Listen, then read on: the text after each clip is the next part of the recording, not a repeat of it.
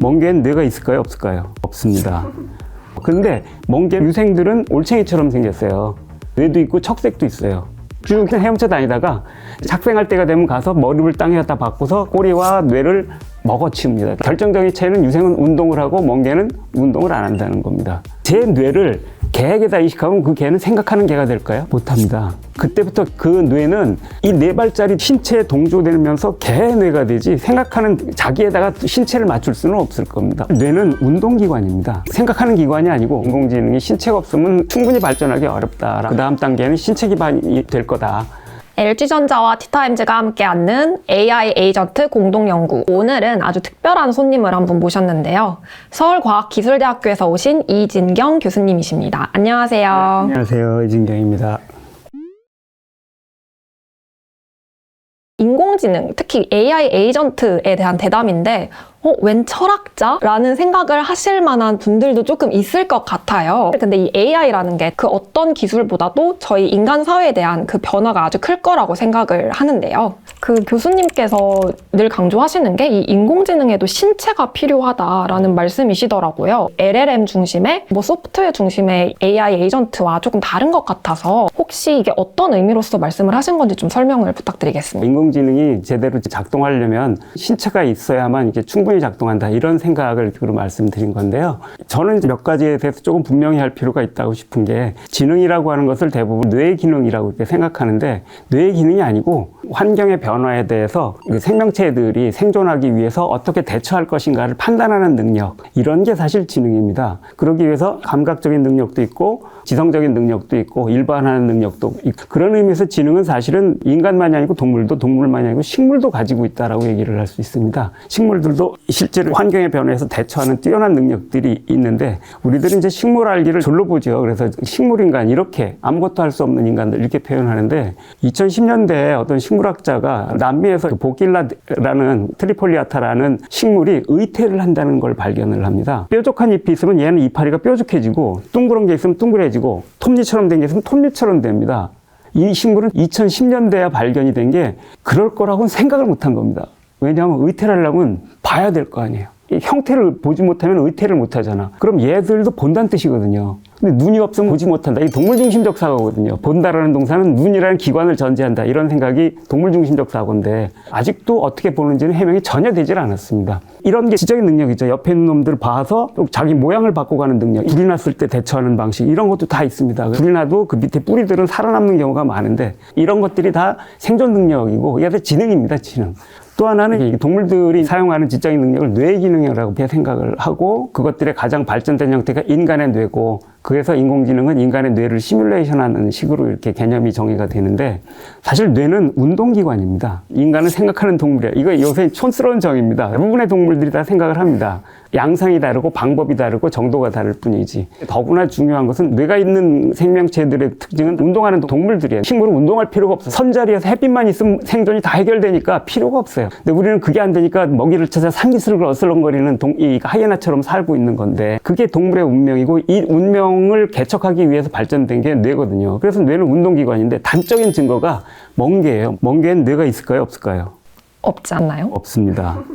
강장동물이라고 보통 얘기를 하는데, 멍게에겐 뇌가 없어. 근데 멍게 유생들은 올챙이처럼 생겼어요. 그런데 얘들은 뇌도 있고 척색도 있어요. 이 유생이 쭉 헤엄쳐 다니다가 작생할 때가 되면 가서 머리를 땅에 갖다 박고서 꼬리와 뇌를 먹어치웁니다. 그래서 성체인 멍게는 뇌가 없는데, 유생들은 뇌가 있습니다. 결정적인 차이는 유생은 운동을 하고 멍게는 운동을 안 한다는 겁니다. 그래서 사실은 운동을 하기 위해서 신체를 통제하는 그런 기관이 뇌라는 것들을 단적으로 보여주는 겁니다. 약간 격가지만 이 말의 중요한 교훈은, 운동을 안 하면 멍게가 되는 수가 있다. 이런 것이 되겠습니다만, 요새 뇌를 업로드하고 다운로드하고 이런 얘기, 트랜센던스 같은 영화나 공각기동대 같은 거 보면 나오는데, 가령 제 뇌를 개에게다 이식하면 그 개는 생각하는 개가 될까요? 꼭 그렇지만은 않을 것 같은데요. 못합니다. 그때부터 그 뇌는 그 생각을 하는 게 아니고, 이 4발짜리 동물들의 신체에 적응하기 위해서 거기 싱크로나이즈 하려고 그때부터 필사적인 노력을 할 건데, 원래 생각한다라는 건 언어를 통한 걸 주로 생각하는데, 이 발성기관이 없으면 언어가 있을 수 없기 때문에 뇌는 여기에 맞춰지게 되면 생각을 하는 기능들이 퇴화돼서 사라집니다. 생각을 못해요. 이렇기 때문에 뇌는 신체에 동조되면서 개의 뇌가 되지 생각하는 자기에다가 신체를 맞출 수는 없을 겁니다. 성대를 억지로 만들어낼 수가 없잖아요. 뇌가 아무리 말을 하려고 해도 컹컹컹 소리밖에 안 날 거라는 거죠. 그렇기 때문에 환경의 변화에 대해서 신체가 어떤 식으로 대응하는가에 따라서 여기에 입력이 되고 그거에 대해서 어떻게 하는 게 좋겠다가 여기서 출력이 되는 순환 서큘레이션이 이루어지는 거지 않습니까? 뇌는 가소성이 뛰어나잖아요. 가소성이 뛰어나다는 거는 입력되는 거에 따라서 뇌가 계속 변한다는 얘기거든요. 신체의 입력 신호들에 따라서 달라진다는 겁니다. 그리고 사용하면서 또 신체도 학습을 합니다. 그래서 이 뇌가 명령을 내리면 여기는 그냥 따른다라고 생각을 하는데 가령 제가 손을 이렇게 지금 동작을 하고 있는데 이 신체를 이렇게 움직이기 위해서는 이 근육 하나하나에 다 병적인 신호로 명령을 가야 됩니다. 원래대로라면 뇌가 다 명령한다고 치면은 여기 강도들이나 이렇게 당기는 것들의 분포를 계속 바꿔야 되는데 이거가 아무리 그 뇌세포가 많아도 과부하가 걸려서 오래 못합니다. 그래서 초기에 로봇들 보면은 탁구 치는 로봇을 처음에 만들었대요. 탁구공이 탁 날라왔는데 30분 있다 이러더랍니다. 그동안 계산을 한 겁니다. 뇌가 다 하려고 하니까. 근데 우리도 배울 때는 다 그렇습니다. 자전거 배울 때, 걸음마 배울 때. 그때는 뇌가 필사적으로 거기에 올인해가지고서 근육들을 어떻게 움직이는 걸 하는 건데 일정 정도 반복이 되면은 얘들끼리 교신하면서 여기서 다 알아서 처리합니다. 안 타다가 타도 다 몸이 알아서 하잖아요. 신체 기억이라는 게 형성된 건데 그럼 얘들도 판단을 하는 겁니다. 그래서 우울증 환자들에게 우울증 약보다 운동이 임상적으로 낫다라는 건데 뇌는 굉장히 고에너지 사용기관이에요. 우리가 먹는 거에 20% 이상을 다 뇌가 사용을 하거든요. 뇌가 사용한다는 건 영양소와 산소가 가야지 작동한다는 뜻이잖아요. 그러려면은 혈액을 공급해야 되는데 특히 인간은 불행히도 직립을 하고 있기 때문에 중력 영양소에서 피가 가기 가장 힘든 것이 뇌입니다. 피를 보내려면 운동을 해야 돼요. 뇌는 한 대여섯 살까지만 세포가 새로 형성되고 그 다음엔 줄어들기만 한다고 그러는데 요새는 그렇게 얘기하지 않습니다. 60, 70이 돼도 생겨난다. 어떤 조건에 생겨나는가? 운동을 하면 생겨난다. 운동을 해야 생겨납니다. 그런데 생겨나는 숫자만으로는 중요하지가 않습니다. 이게 시냅스로 연결돼서 뉴런망이 될 때 유효하기 때문에 생겨났는데 사용하지 않으면 사라집니다. 멍게처럼 사라지게 됩니다. 심지어 있는 것도 사용하지 않으면 뚜두두 끊어집니다. 그래서 어려운 책을 보거나 낯선 사람을 만나거나 낯선 환경에 갔을 때는 뇌세포들이 증식됩니다. 반대로 얘기해서 쉬운 책은 읽을 필요가 없는 책이고 그리고 뻔한 사람들하고 만나는 거는 뇌에는 큰 도움이 안 된다는 뜻입니다. 패턴화된 것을 계속 반복하기 때문에 치매라고 하는 게 멍게와의 문턱에 들어갔을 때 인간의 상태를 표시하는 단어가 아닌가. 요새 치매 고민들을 많이 하시는데 운동하고 생각하고 어려운 책을 보고 안 하던 걸 하고 이렇게 뇌를 사용을 하면은 계속 연결이 될 겁니다. 좀 힘들게 살아야 된다. 편하게 살면은 멍게가 되는 수가 있다. 좀 이렇게 기억을 하면 좋을 것 같습니다.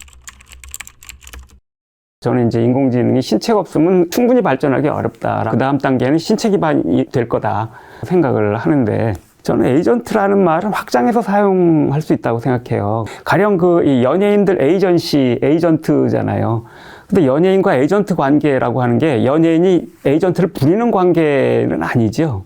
반대인 경우가 훨씬 더 많습니다. 사실 일방적으로 부리는 관계가 아니고 상호 에이전시라고 저는 생각해요. 서로 상호 에이전시하는 관계의 공생체 이런 거라고 생각을 해요. 그런데 지금의 인공지능은 그 일방적 에이전시예요. 인간이 내린 명령들을 그냥 실행하고 이걸 이용하는 관계.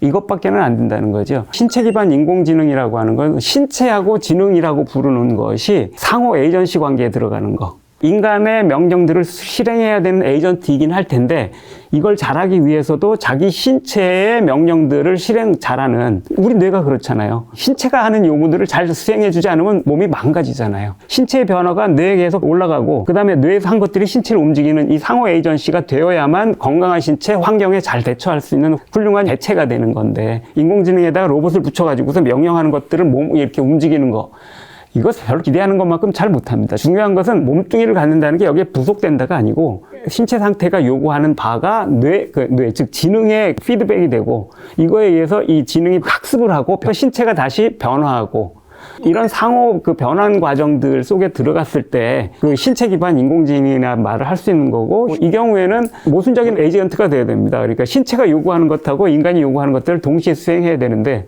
복수의 명령들을 통해서 작동하는 에이전트 이런 것이 휴머노이드라는 말에 부합하는 걸 거다라고 저는 생각을 하는데 사실 기계 같은 경우는 논리적인 모순이 당착하면은 뭘 해야 될지 모르기 때문에 작동이 중단돼 고장 날 겁니다. 근데 신체 기반 그 에이전트라고 하는 것은 가령 인간의 뇌를 봐도 모순되는 요구들 그때그때마다 다르게 처리를 합니다.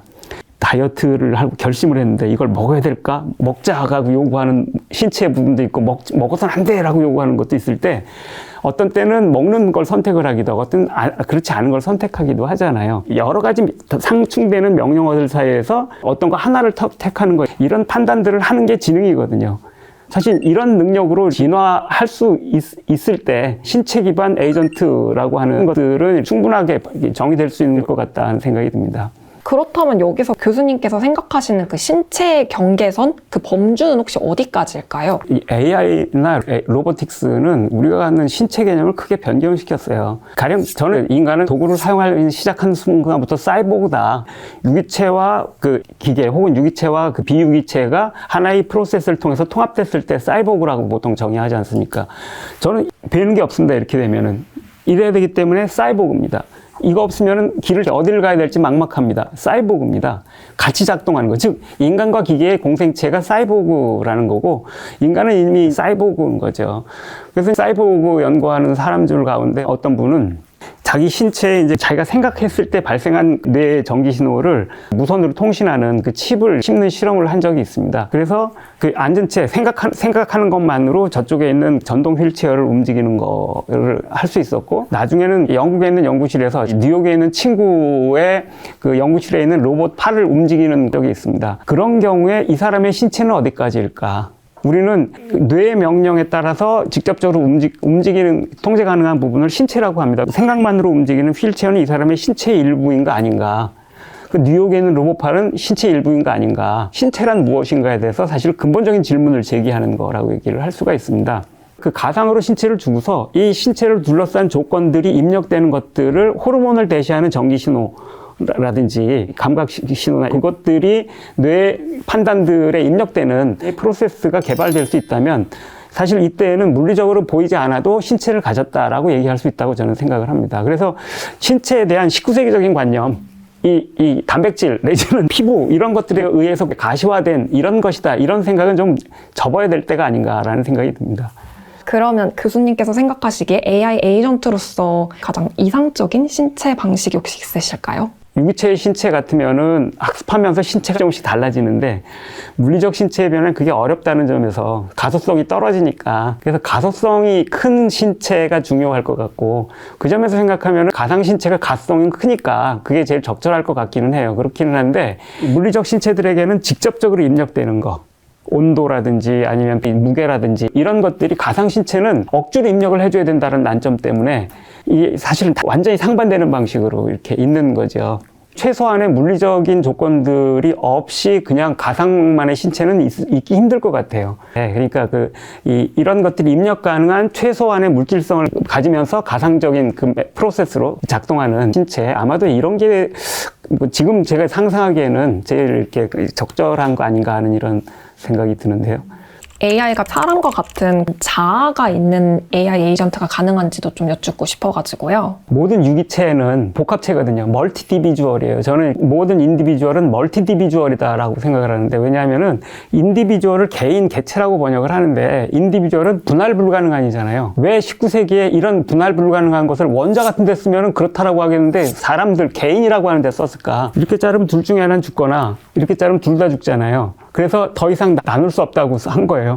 이건 지금 생물학에서는 말도 안 되는 얘기예요. 세포들도 다 분리배양할 수 있고 장기들도 분리배양하거나 이식도 할 수 있잖아요. 다 디비저블 해요. 사실은 디비저블한 것들의 복합체예요. 우리들의 세포는 그런 것들이 모여서 만들어진 다세포 생물이거든요. 모든 생명체들은 사실 박테리아의 군체예요. 공동체라는 뜻입니다. 그런 건데 동물들은 분리하기가 힘들어진 공동체가 돼버렸어요. 인디비주얼라이전이 강하게 된 거예요. 식물들은 그 정도까지 안 됐어요. 그래서 상추, 똥은 안 죽죠. 계속 나잖아요. 동물 유기체들의 경우에는 이 분리가 치명적 손상이 되는 경우가 대부분이에요. 가령 아메바나 박테리아 같은 것들은 화학적인 농도나 이런 것들이 입력되면은 반응하면서 영양소가 많은 쪽으로 움직이면 되는 거고 나눠지면 두 개체가 되고 하는데 우리는 그게 안 되는 거죠. 그러다 보니까 입력되는 신호들을 유기체에 유리한가 아닌가를 판단해야 되는 판단의 신급이 필요했던 거고 이 전체가 하나다, 하나의 통일된 개체다라고 하는 무의식적인 판단이 필요했던 거고 이게 자아고 유기체의 수준에서 유불리를 따지는 것이 의식이라는 그 능력으로 진화한 거라고 저는 이해를 해요. 그렇기 때문에 가령 이 식물들에게 있는가를 물었을 때는 있어도 굉장히 약할 거다.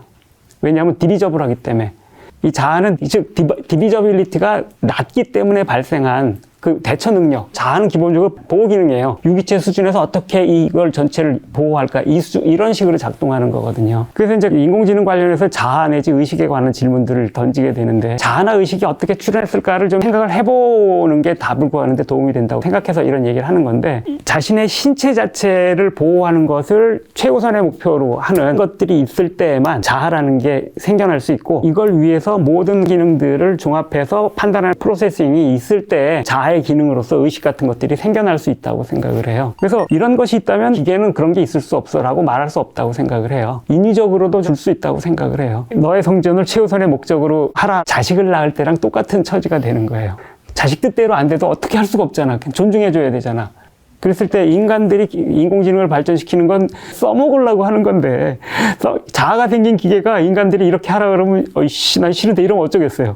자아나 의식이 있는 그 인공지능 이런 거는 인간들이 만들려고 하지 않을 가능성이 큰 것 같아요. 실험적인 정신이 뛰어난 한줄 할 수 있을지 모르겠는데 사회적으로는 아마 허용되지 않을 가능성이 크고 생겨난다면 문제가 될 가능성이 실제로 있죠. 그런 점에서 인공지능에게 자아와 의식이라고 하는 건 물리적으로나 기계적으로 불가능하다가 아니고 아마 사회적으로 쉽지 않을 거다. 그러니까 신체가 있고 또 자기의 생존을 목적 함수로 두는 AI라면 충분히 자아를 가질 수 있다. 불가능하다라고 말하기는 어렵다.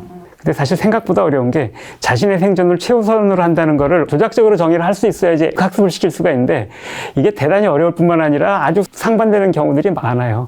지금 이 반복적 종합을 하는 기계는 사람들이 생존을 위해서 한 행동들을 쭉 다 입력해주면은 할 수는 있을 것 같아.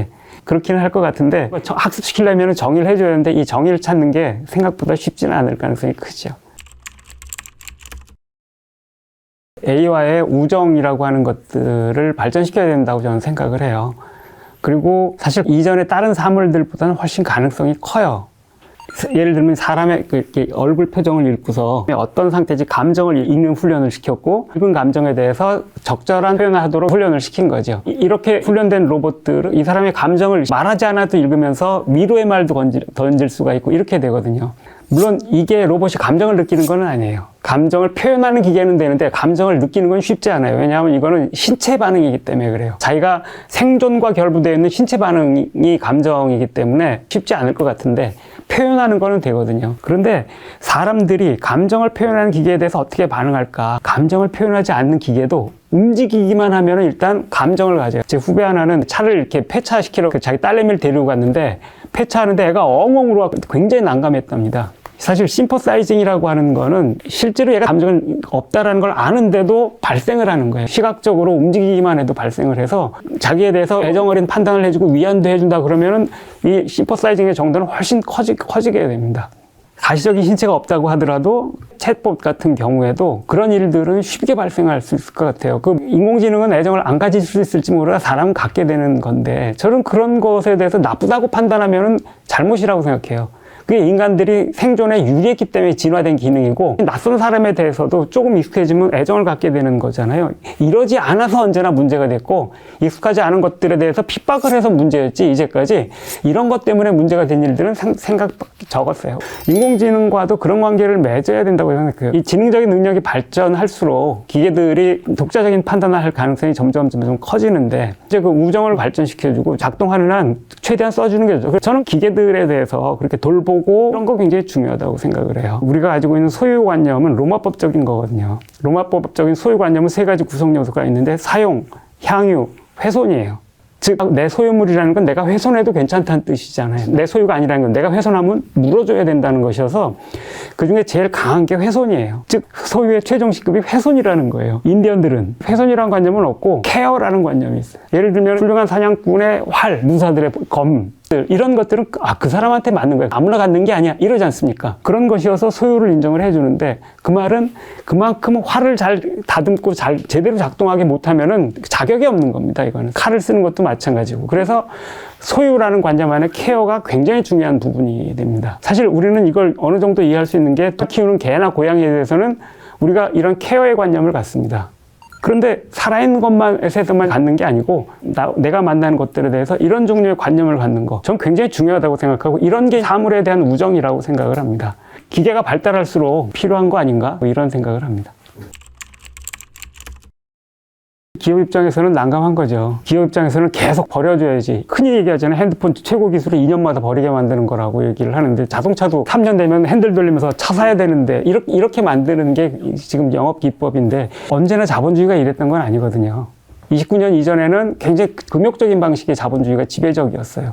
29년 대공황 이후에 이게 출현한 거예요. 어떻게든 빨리 버리게 만드는 거예요. 그래서 손에 들고 있는 채 쓰레기로 만드는 거.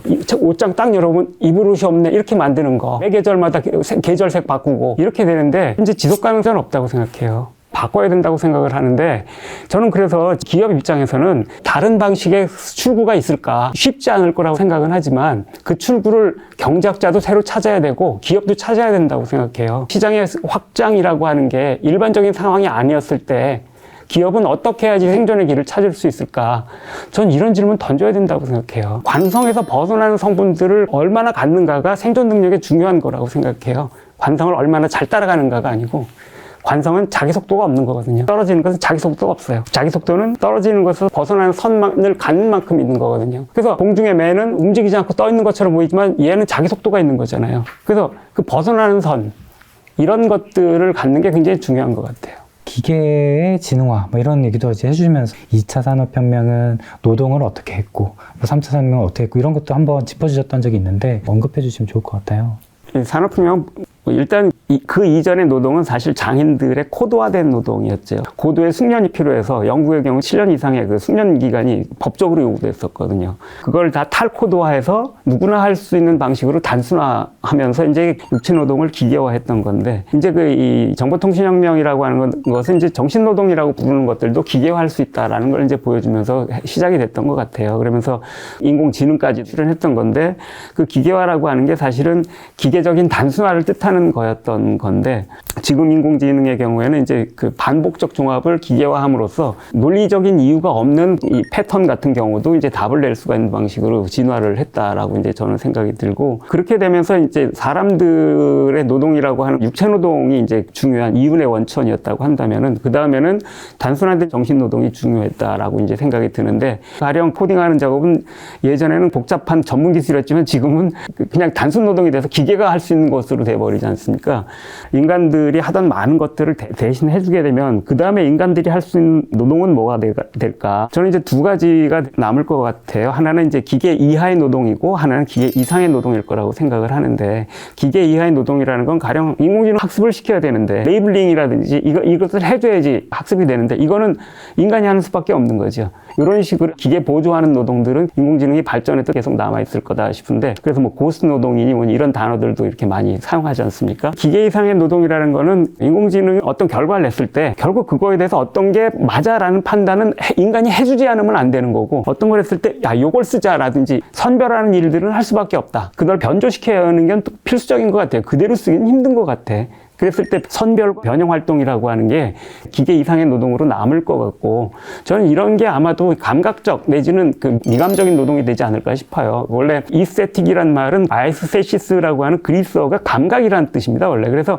칸트가 이 단어를 가지고 학을 만들었을 때는 감성론이라고 번역을 해요. 미감적 판단하고 감각적 판단이라는 게 분리되어 있는 게 아니어서 그런데 선별하는 능력으로서의 이스테틱한 그런 노동 이런 것들이 이후 점점점 중요해지지 않을까. 입체 노동에서 정신 노동으로 이제는 감각적 노동으로 이전에 지성적인 노동이었다면 지금은 감성적인 노동으로 이동하게 되는 거 아닐까 생각하고 있습니다.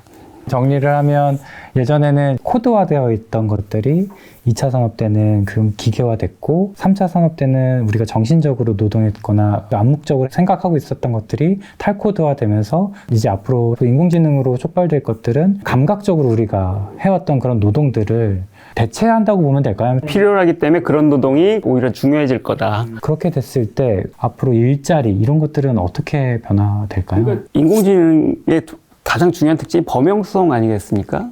범용성을 갖는다는 말은 추가적인 일자리가 인공지능 때문에 생겨나더라도 또 그걸 할 가능성이 크다는 뜻이잖아요. 저는 이제 일자리가 사라질 거라고 생각은 하진 않지만 줄어들 거라고는 생각해요. 새로 생겨나는 일도 있을 텐데 그것도 계속 인공지능에서 이렇게 대체될 가능성이 크기 때문에 절대적으로 줄어들 거다라고 이제 생각을 하는데, 그렇다라고 했을 때 그럼 이제 우린 뭐라고 살지 이렇게 되는데, 고용이 문제가 되는 경우에는 그 질문이 타당합니다. 기계가 사람을 대체하는 대체 관계가 고용 관계에서 발생하잖아요. 기계를 쓰는 건 임금을 줄이기 위한 거니까. 그렇기는 한데 기계들이 사용되는 게 언제나 고용의 형식으로 진행되는 건 아니잖아요. 가령 예술도 이제 기계가 한다더라. 기계가 뭐 사실 잘합니다. 요새는 인간들이 할 게 없어진 거 아니야 그러는데, 다른 예술가가 이런 잘하는 사람이 있다고 나는 예술을 할 수가 없겠네 이렇게 얘기하지는 않지 않습니까? 오히려 이제 그 고용 관계가 아닐 때는 대체제가 아니고 보완제 이런 관계가 돼서 지금 예술가들은 기계 없으면 작업 못 합니다. 자꾸 이렇게 기계와 인간을 대립시켜서 이 경쟁 관계가 누가 이길 것인가 생각을 하는데, 기계는 이후에도 인간 없이는 학습하기가 힘들고 인간은 지금도 기계 없이는 뭘 하기가 힘든 상황이 이미 오래됐습니다. 실제로는 공생 내지는 결합된 관계에서 작동할 거고, 그랬을 때 인간과 기계 관계 이런 걸 어떻게 만들 건가, 이렇게 질문을 던지는 게 오히려 적절하지 않은가, 저는 이런 생각입니다. 저는 교수님께서 기존에 말씀해 주셨던 내용 중에 활동도 굉장히 큰 요소다라고 말씀을 하셨던 게 기억이 나요. 그런 활동적인 것들에는 어떻게 보면 신체가 더 주요하고 유리한 조건이라고 할까요? 인간들이 자신의 외부에 있는 기계들 내지는 자기가 도구라고 생각하는 뭐 인공지능이나 이런 것들하고 연동돼서 같이 작동을 하게 된다는 거죠. 그랬을 때 이제 상호관계를 어떻게 맺는가가 중요한 문제가 되는 것 같아요. 기계 혹은 인공지능과 인간의 복합체가 관계를 맺는 방식에서 보면은 수렴성 같은 게 불가피하게 나타나요. 넷플릭스나 제 취향을 알아서 추천을 해주는 거고 사실 그게 고마운 일이기는 한데, 그러다 보면은 이게 쭉 수렴돼 가면서 제가 볼 수 있는 영역이 딱 좁아지면서 시야도 좁아지고 아는 폭도 좁아지는 거죠. 판단력도 좁아지게 됩니다. 이거 계속되면은. 그러니까 세상에는 다 나쁜 일만도 없고 좋은 일만도 없는데, 기계가 편하게 선택하게 해주는데 그런 만큼 그 선택에 계속 말려 들어가게 돼서 그 밖으로 못 나갈 가능성이 훨씬 커진다는 겁니다. 인공지능을 사용했을 때도 그런 것 같아요. 운전을 하면은 내비게이션 켜놓고 하는 게 딱 습관이 돼 있으니까 어떻게 가는 게 좋은가 생각 안 하고 그냥 가는 거죠. 동조가 진행되면 될수록, 수렴이 되면 될수록 점점 벗어나기 어려워지고 의존성이 생깁니다. 의존성은 당연한 겁니다. 무조건 나쁜 게 아닙니다. 이게 의존성이죠. 이거 없으면 못 보니까 항상 있어야 되는 거. 그렇기는 한데 의존성이 생겨서 그거 없이는 내가 판단을 못하는 무능한 상태가 되고 맙니다. 이런 차이가 굉장히 큰 차이인 거예요. 인간과 기계의 연동 속에서 수렴의 경향들이 항상성을 향해서 나를 쭉 끌고 갈 때 그걸 사용하는 건 좋은데 거기서 벗어나는 판단을 할 수 있는 감각이나 능력이 없으면 기계가 끌어가는 대로 사면서 기계 의존성이 생겨버리는데, 그렇게 되면 어떤 일을 해도 기계를 넘어가는 걸 하기가 힘들어집니다. 그래서 저는 이탈 능력, 발산 능력 같은 게 굉장히 중요하다고 생각을 해요. 가령 요새 이제 그런 얘기들 많이 하죠. 청년들의 리터러시가 떨어진다 이런 얘기들을 이제 종종 기사에서 보게 되는데, 아마 동영상 검색을 해서 보니까 사실 쉽죠. 쉽고 편하거든요. 동영상이. 거기선 길어지거나 어려워지거나 하는 거에서는 절대 금기시 하거든요. 간단하게 할 수 있는 것, 좀 쉽게 이해할 수 있는 것, 짧게 할 것을 요구를 하거든요. 조금만 길어지거나 어려워지면은 뇌에서 처리할 능력이 안 된다, 버버되게 되니까. 그리고 책을 읽는 거는 또 다른 이 입력의 방식인데, 이 입력 방식을 동영상으로 단순화시켜 버린 겁니다. 저는 사실 이렇게 되면은 이게 이제 기계화 수렴성 속에서 먼 길로 가는 길을 이렇게 가게 되는 거라고 생각해요. 근데 이러면 평균화됩니다. 기계들이 통상적으로 생산하는 건 평균이잖아요. 양적으로 많은 것들을 기반해서 판단을 하기 때문에 기계가 산출하는 건 언제나 평균에 가까운 거예요. 근데 평균적인 것만 하는 사람은 하는 일들을 절대 할 수 없어요. 평균의 경향을 잘 알지만 그걸 넘나들 수 있는 사람, 떠날 수 있는 사람, 이탈할 수 있고 발산적인 능력이 있는 사람들이 하는 거거든. 그래서 사실은 기계와 연동이 높아지면 높아질수록 떠나는 훈련, 발산하는 훈련, 이런 것들을 하지 않으려고 하면은 기계 이하의 노동을 하는 운명을 면하기 힘들 거다. 먼 길 길을 가게 될 가능성도 대단히 크다. 그러니까 AI 에이전트가 결국에 인간의 도구로서 만든 것인데 그것이 오히려 저희를 좀 지배할 수 있다라는 말씀이신 거잖아요. 그러니까 모든 도구는 사용하는 사람과 사용되는 것들 간에 수렴을 발생시켜요. 젓가락질을 잘한다라는 건 이거에 맞춰서 내 근육이 동조화된다는 뜻이거든요. 펜도 마찬가지고요. 이렇게 내가 길들이는 순간 나는 그거에 길드는 것이고 이거 자체를 나쁘다고 할 수는 없어요. 이게 숙련이에요. 모든 숙련은 그래서 서로 길드는 거예요. 도구하고 길드는 건데 숙련이 되면은 그다음부터는 생각하지 않아도 할 수 있게 되는 거예요. 젓가락질 할 때 이거 보면서 근육 움직일 생각하면서 하는 사람은 또 숙련된 게 아니에요. 우리는 다 숙련을 지향하는데 전 그래서 인간은 생각하는 동물이라고 생각하지 않고 생각하지 않으려고 굉장히 애쓰는 동물이다. 이렇게 생각해요. 그거 길드는 만큼 거기서 벗어날 수 있는 능력 같은 걸 훈련을 해야 돼요. 그래서 이제 AI나 기계들이 이렇게 지능화돼서 가전제품들 같은 데 장착이 되고 이렇게 됐을 때 우리를 평균화시키는 힘이 권력 이상으로 작동할 거다라고 하는 사태가 될 가능성이 큰 것 같아요. 그러니까 안 돼. 기계는 나빠. 이렇게 생각하는 건 바보 같은 생각이라고 생각해요. 그건 좋은 거예요. 오히려 생각할 일이 없고 내가 신경 쓸 일이 없어지기 때문에 그 다음엔 딴 일을 찾으면 돼요. 새로. 이거 말고 내가 뭘 할 수 있을까? 이러면 내가 활동할 수 있는 영역을 넓혀주는 해방적인 역할을 이 지능화된 기계들이 받쳐주는 거예요. 기계가 자잘한 거 다 처리해주고 그 다음에 난 다른 걸 하면 되거든요. 근데 이 다른 거 할 게 없는 사람은 그 안에서 계속 기계들하고 이렇게 같이 살면서 이른바 나쁜 의미에서 평균화의 길을 걸어갈 가능성이 대단히 크다고 이제 생각이 들어요. 이 남는 시간을 이제 뭘 할까를 적극 생각해야 되는 거고 이런 종류의 생각이 점점 더 중요한 시대가 되는 것 같아요. 저는 학교에서 진짜 AI 시대에 어떻게 교육이 바뀌어야 되는가 이런 질문을 하시는 교육학자들 여러 번 만났었거든요. 그럼 AI를 어떻게 이용할까 주로 이런 것들을 고민하시더라고. 제가 보기에는 AI 어떻게 이용할까는 안 가르쳐도 다 해요.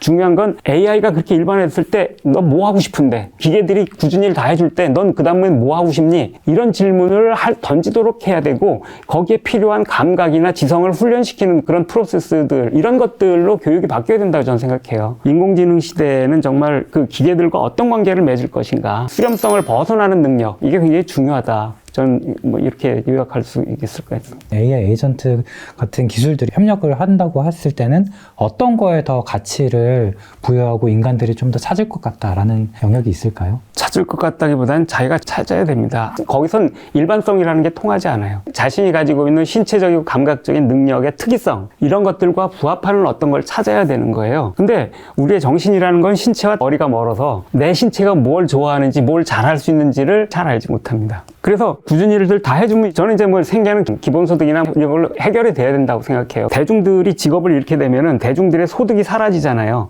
그럼 시장이 축소돼서 기업도 견디기가 힘들어요. 기업이 살기 위해서도 사람들의 최소 소득은 보장해 줘야 돼요. 그 다음에는 자기가 하고 싶은 걸 하고 살 수 있는 시대가 된다고. 전 이게 기계가 주는 해방적인 의미일 수 있다고 생각하거든요. 해방이 되려면 그래서 내가 좋아하는 걸 찾아야 되고 내가 잘하는 걸 찾아야 돼. 근데 불행히도 이걸 잘 모른다는 거예요. 왜냐하면은 피아노 안 쳐본 사람이 피아노를 치는 걸 내가 좋아할 수 있는지 아닌지 어떻게 알겠어요? 조각을 안 해본 사람이 그림을 안 그려본 사람이 내가 이걸 좋아할 수 있는지 아닌지를 어떻게 알겠냐고. 해봐야 알거든. 근데 조금 해보는 걸로는 택도 없어요. 왜냐하면 뭐든지 기타 친다 그러면 기타의 손가락 끝 터지면서 이거 돌아가는 이 숙련이 될 때까지 고통의 터널을 하나 지나지 않으면 내가 이걸 잘할 수 있는지 좋아할 수 있는지를 알기 어려워요. 그래서 어떤 것도 찾으려면 시간이 필요하고 노력이 필요해. 어느 정도 깊이까지는 쑥 들어가 봐야지 알거든. 그렇기 때문에 몸으로 확인하는 수밖에 없어요. 그래서 젊은 날이라고 하는 것은 계속 몸으로 이것도 해보고 저것도 부딪혀보면서 자기가 좋아하는 것과 할 수 있는 것을 찾는 기간이에요. 근데 불행히도 이제 한국은 나이 20이 되도록 시험을 잘 볼 수 있는지 시험 보는 공부를 좋아할 수 있는지 시험 공부 좋아하는 사람은 제가 생각할 땐 미안하지만 변태예요, 변태. 저는 공부는 좋아하는데 시험 공부는 좋아할 수 있는 공부가 아니에요. 남의 뜻에 맞춰가지고 답 써내는 능력이 어떻게 좋아할 수가 있겠어요. 그냥 잘할 수 있는 것만 테스트하는 거야. 내가 좋아할 수 있는 게 뭔지를 찾는 이런 것들을 교육과정에서 정말 훈련을 시켜야 되고 정말 내가 하고 싶은 건 뭐지? 이 질문을 각자가 던져야 된다고 생각해요. 그리고 부딪혀보면서 찾아야 된다고 생각해요. 그게 AI 시대를 살아가는데 제일 중요한 이렇게 일인 것 같아요. 잘하는 것들의 탈코드화가 될 거다. 라고 또 이제 말씀을 해주셨잖아요. 애써서 힘들게 잘하는 걸 찾았는데 인공지능이 나보다 더 잘해. 그런 상황도 이제 맞닥뜨리게 될 것 같은데. 그러니까 인공지능이 다 잘하는 게 있으면 그 잘하는 걸 이용해서 나는 뭘 할까? 이렇게 질문을 해야죠. 제가 잘하는 걸 내가 굳이 할 필요가 있을까? 이럴 게 아니고 왜냐하면 탈코드화된 것들은 다시 재코드화되는 수 있는 거거든요. 새로운 것들을 만들어내야 되는 거죠. 어떻게 새로운 걸 할 건가? 어떻게 결합해서 할 건가? 이런 걸 고민해야 되는 거잖아요. 다른 것도 마찬가지일 거라고요. 새로운 걸 찾지 않으면 남들과 똑같은 것밖에 나는 사진을 이렇게 잘 찍어라고 자부하겠지만 남들만큼 찍는 거예요. 그거는. 남들과 다르게 하려면 이걸 가지고 남다른 무엇을 할 수 있을까를 생각하는 사람만이 할 수 있는 거예요. 근데 거꾸로 기본적인 건 다 해주기 때문에 대생 연습할 필요도 없고 이제는 이렇게 화성학 공부할 필요도 없어요. 그 다음에는 아이디어가 그 다음엔 더 중요해지는 거예요. 자꾸 얘들 잘하는데 내가 이걸 할까 말까 정말 할 게 없어지는 거니까 잘못된 질문이라는 거예요. 질문이 잘못 던져졌기 때문에 답이 나올 리가 없거나 잘못된 답만 나오는 거죠. 그런 뭔가 창조적인 활동 역시 AI 에이전트가 할 수 있는 거는 아닐까요? 다른 예술가가 창조적인 활동을 잘한다고 해서 내가 안 할 이유가 없잖아요. 그렇지 않습니까? 남들이 잘하면 그거 남 얘기고 나는 이건 해야지 이렇게 되는 거고, 인공들이 잘한다 그래서 나는 못해라고 하는 이 대체적인 관계는 고용 때문에 생긴 거예요. 얘가 고용되고 난 쫓겨날 텐데 이렇게 대체적인 관계로 생각하는데, 아까 말씀드렸듯이 그건 고용의 영역에서만 그렇다고, 고용이 아닌 영역에서는 얘들이 잘한다고 내가 안 할 이유가 없고, 얘들이 잘하면 이거 이용해서 그 다음 내가 할 걸 찾으면 되는 거죠. 자꾸 경쟁 관계에서 생각하는 이 구도가 부적절하다고 저는 생각해요. 그렇다면 그 상호작용에 있어서 뭔가 인간만이 할 수 있는 그런 것이 좀 창조력이라고 하신 거잖아요, 또. 저는 기계는 창조 못한다라는 생각은 정말 인간적인 편견이라고 생각을 해요. 기계가 뜻밖의 방식으로 작동할 때 이미 걔들은 인간이 프로그래밍하지 않은 결과를 산출한 거예요. 그 생물학의 역사에서 또 비슷한데, 생물학의 새로운 종들이 출현하게 된 거는 변이들 때문에 출현하는 거거든요. 기계들도 프로그래밍 되지 않은 행동을 할 때는 고장이라고 간주를 해요. 근데 사실은 그게 정해진 길을 벗어나는 거예요. 고장이라고 하는 게 얘들이 명령하지 않은 걸 할 수 있는 가능성을 보여준다는 거예요. 논리적으로 작동하는 기계에도 참거짓을 판단할 수 없는 게 출현한다라는 거예요. 이런 게 창조적인 명제예요. 논리적인 연산 장치에서도 프로그래밍 되지 않은 행위들을 할 수 있다라고 생각하는데, 반복적 종합의 기계들은 훨씬 더 뛰어나죠. 그래서 인간이 생각하지 못한 결과들을 내잖아요. 기계가 왜 창조적이 않다는 거예요? 저는 그렇지 않다고 생각해요. 인간도 창조적인 사람도 있지만 그렇지 않은 사람도 있고, 기계도 그런 게 있지만 그렇지 않은 것도 있는 거고, 중요한 거는 인간이 이런가 저런가 문제가 아니고, 생존을 위해서도 기계들이 해주는 것들을 계속 따라가다가는 망하는 수가 있다. 오히려 기계들과 더불어서 무언가 새로운 걸 찾아낼 때만 자신이 생존 능력이 보양될 수 있고, 자기가 살아가는 좋은 길을 찾아갈 수 있다. 이렇게 바꾸는 게 더 좋지 않을까 생각을 합니다. 아마도 생성형 AI를 통해서 기계가 창조적이지 못할 것이다 라는 선입견이 많이 깨진 것 같아요. 이런 기술들은 앞으로 또 어떤 선입견들을 깨어나갈 수 있을까요? 글쎄요. 제가 보기에는 반대로 인간들이 가지는 그 선입견을 강화할 가능성도 굉장히 커요. 기계들이 학습을 할 때 인간들이 했던 자료들을 입력을 해가지고서 학습을 하잖아요. 그러면은 인간들이 가지고 있는 그 편향성 같은 게 다 학습이 돼서 얘들도 편향적으로 될 수밖에 없어요. 그런데 인간은 편향적인 존재예요. 좋아하는 게 있다라고 한다 그러면은 그 자체가 편향이란 뜻이에요. 편향 그 자체는 그래서 나쁘다라고 말할 수 있는 게 아니고 필연적인 거예요. 필연적인 거. 지적인 판단에서의 편향도 마찬가지예요. 아름다움을 추구하는 데서 갖고 있는 어떤 편향적인 감각, 편향인데 찬양하는 거거든요. 어쨌든 편향은 피할 수가 없고 필연적인 거 그 자체가 나쁜 게 아니에요. 그래서 인공지능을 돌렸을 때 이 편향들이 그대로 반영될 수밖에 없다라는 게 현실이라는 거예요. 가령 미국에서 이렇게 보석이나 가석방 심사를 할 때 이제 AI를 썼었거든요. 심각한 범죄를 지른 백인들은 가석방으로 풀어주라 그러면서 가벼운 범죄를 지른 흑인들은 풀어주면 안 된다라고 얘기를 해요. 왜냐하면 얘들은 판단의 목적 함수라는 게 재범 가능성이 있는가 없는가거든. 근데 입력된 데이터라는 게 미국의 범죄율은 흑인이란 집단에 속해 있으면 범죄율이 굉장히 높고 백인은 굉장히 낮아.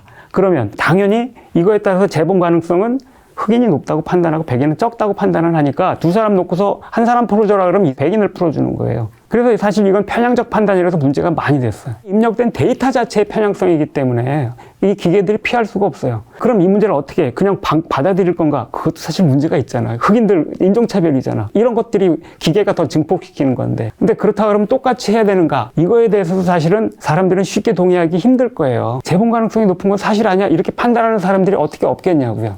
그럼 백인들이 또 역차별이라고 반대를 할 가능성이 크죠. 근본적으로는 인간들 자체가 그 편향적이기 때문에 기계의 판단이 갖는 편향 자체를 면할 수가 없어요. 그리고 사실 이 편향성은 아까 말씀드린 것처럼 기계적 판단과 인간적 판단의 수렴성을 뜻하는 거예요. 점점 수렴되기 때문에 문제인 거고 그 수렴성이 사람들을 힘들게 만드는 것 때문에 문제가 되는 거거든요. 이렇게 수렴되는 경향에 대해서 반하는 어떤 거를 끌어넣지 않으면 인간적 편견들의 증폭기로서 인공지능이 작동할 수 있다. 편향성에서 벗어나는 이런 방향으로 기계들의 판단 방식을 학습시키지 않으면 인간들은 자신들의 편견에 사로잡혀가지고서 자신의 운명을 이렇게 그르치게 될 가능성이 크지 않은가 이렇게 생각을 합니다. 생성형 AI는 각자의 사고 과정을 거쳐서 결론을 내리잖아요. 어떻게 보면 인간의 편향을 조금 벗어났다고 생각이 드는 것 같아요. 근데 심지어 이제 AI 에이전트 같은 경우에는 목적 함수도 스스로 만들게끔 이제 한 기술이잖아요. 생성형 AI가 빈칸 두고서 여기 어떤 단어가 들어가는 게 적절한가를 데이터의 반복 정도를 가지고 채우도록 훈련시키는 거잖아요. 편향적이기 때문에 학습이 가능한 거예요. 인간들이 단어를 사용하는 게 편향적이지 않다고 하면은 학습이 안 돼요. 편향 때문에 학습이 되는 거거든요. 그래서 인간들의 편향이 그냥 반영되는 거예요. 기본적으로 인간도 편향적이고 학습도 당연히 편향을 통해서 하는 거예요. 반복적 종합의 기계화는 편향을 학습하는 거예요. 그런 거기 때문에 AI가 편향성이 없다라고 말하는 건 그건 나쁜 것도 아니다. 그런데 그 지위 보면 여성들보다 남성이 많잖아. 요걸 모집단을 해서 남성들에게 높은 지위를 주는 게 추천하는 게 더 적절해라고 기계가 판단을 하면은 지금은 안 된다라는 게 사회적으로 어느 정도 합의된 거잖아요. 그러면 이 경우에는 파라미터를 조정을 해야죠. 인종적으로 흑인들이 훨씬 더 이렇게 사고를 많이 쳤으니까 이렇다라고 하는데 사실은 이제 알잖아. 흑인들이 생존적도 어렵고 백인들이 핍박도 있고 등등에 해서 어쩔 수 없이 그렇게 한 거다. 따라서 이렇게 판단해서는 안 된다라고 생각하면은 이것도 당연히 파라미터를 반대 방향으로 줘야 되는 거죠. 그래서 사회적으로 어느 정도 사람들이 동의할 수 있는 합의가 있는 거라 그러면은 편향성을 상쇄시키는 방향으로 이렇게 파라미터를 주거나 아니면 이렇게 학습을 시키거나 해야지 적절할 거다라는 거고 그게 사람들이 바라는 바일 거다라는 거고 편향 자체를 없애는 건 어차피 불가능하다. 전 이걸 고려하지 않으면은 진짜 판단을 헷갈릴 수 있다고 생각을 해요. 편향적이기 때문에 어떻게 처리를 해야 되는가 이렇게 문제가 던져져야 된다고 생각해요.